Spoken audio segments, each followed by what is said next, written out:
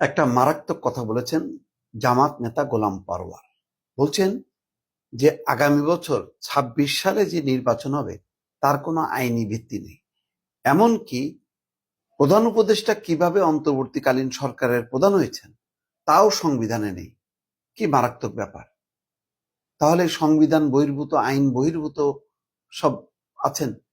এটা তো আওয়ামী লীগই খুব জোরে সোরে বলছে যে এটা অসাংবিধানিক সরকার, এটা হলো জোর করে ক্ষমতায় আসার সরকার, এই সরকারের কোনো ভিত্তি নেই, আইনি ভিত্তি নেই। কিন্তু তার বিপরীতে বলা হচ্ছে যে এটা গণ অভ্যুত্থানের চেতনা, গণ অভ্যুত্থানের যে ভিত্তি, তার ম্যান্ডেট, সেই ম্যান্ডেট অনুযায়ী এই সরকার চলছে। সংবিধান কেবল একটা রেফারেন্স দিছে যে এইরকম একটা আপদকালীন সময় বা বিপদকালীন সময় যেখানে সরকার প্রধান পালায় গেছে, সেখানে তার সরকার নাই, মন্ত্রীরা সব পালায় গেছে, এমপিরা পালায় গেছে, এবং কে রিজাইন করলো, কে পালায় গেল, এটা এগুলির কোনো মোট কথা সরকারের পুরো ধস উদাহ। তো এইরকম একটা ক্রাইসিসে তখন সুপ্রিম কোর্টের মতামত চাওয়া হয়েছে, রাষ্ট্রপতি সেই রেফারেন্সের আলোকেই সরকার চলতেছে। তো হ্যাঁ, এটার তো কোনো স্ট্রং কোনো ভিত্তি নেই। এই জন্য কি দরকার ছিল?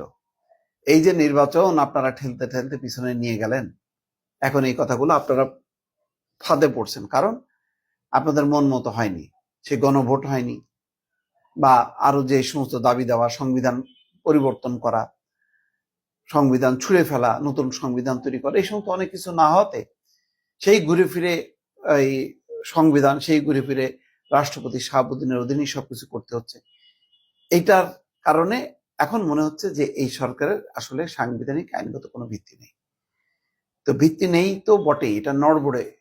গণঅভ্যুত্থানের পরপর যদি এত লম্বা সময় অতিবাহিত না করে ৩ মাস ৬ মাস সময় নিয়ে যদি নির্বাচনটা হইতো, তাহলে আবার সংসদের মধ্য দিয়ে একটা সরকার গঠন হতো, পুরনো যে সমস্ত লিগেসি আছে এগুলিকে তারা রেকটিফাই করতে পারতো বা দায় মুক্তি দিতে পারত।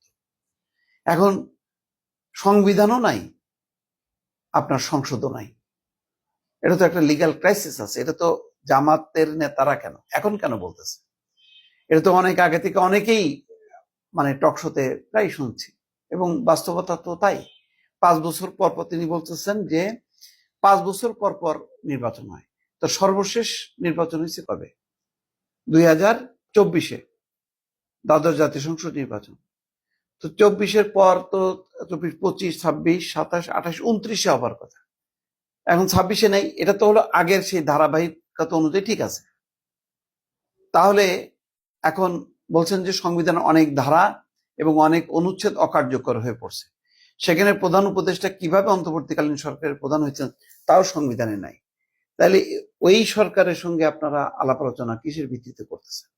বারবার দেখা করতেছেন, দাবি দেওয়া করতেছেন, যমুনা ঘেরাও করার কথা বলা হচ্ছে, আবার বলা হচ্ছে এর কোনো সাংবিধানিক ভিত্তি নেই। আগে যেমন নির্বাচন করার পরেও বলা হতো যে এটা অনির্বাচিত সরকার, এটা কোনো নির্বাচনই হয়নি, ফলে অবৈধ। এখন ডক্টর ইউনূসও অবৈধ। তাহলে অবৈধ এই ডক্টর ইউনূসের সাথে ঘন ঘন ডাক দিলেই তো দৌড় দিচ্ছে সব রাজনীতিকরা, তাদের সাথে বৈঠক হচ্ছে, বৈঠকের সিদ্ধান্ত হচ্ছে, দাবি করা হচ্ছে, দাবি করে আওয়ামী লীগ নিষিদ্ধ করা হলো। তখন সাংবিধানিক ভিত্তি কি ছিল? এখন এটা খুলনার একটা সমাবেশে তিনি এটা বলছেন। এখন এই কথা বলতেছেন আপনাদেরই দাবি পূরণ হলো, আওয়ামী লীগ নিষিদ্ধ হলো, বৈঠক হচ্ছে, ঐক্যমত্য কমিশন গঠিত হলো, তাহলে কিসের ভিত্তিতে? সরকারি যদি তার বৈধতা না থাকে, এইগুলি কি আসলে কি খুব চটকদার কথাবার্তা বলে বাস্তবতা যেহেতু এখন আমার পক্ষে নেই, সুতরাং আমি এখন গরম গরম কথা বলতেছি, এই প্রশ্নগুলি উঠাচ্ছে, এগুলি তো আওয়ামী লীগ উঠাবে, বা আমরা যারা নিরপেক্ষ আছি আমাদের কোনো নেই, আমাদের তো কোনো সমস্যা নেই, আমরা তুলতে পারি। কিন্তু ওনারা তো অলরেডি সুবিধাভোগ।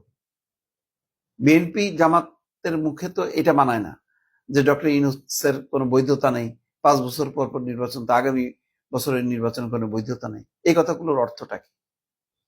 এটা কি ক্ষোভের বহিঃপ্রকাশ, রাগের বহিঃপ্রকাশ? তাহলে অন্য বিবেচনা। কিন্তু ইতিমধ্যে আপনারাও এটার পার্ট হয়ে গেছেন। এখন আপনারা যদি বলেন অবৈধ, তাহলে আপনারাও কিন্তু অবৈধ হয়ে যাচ্ছেন।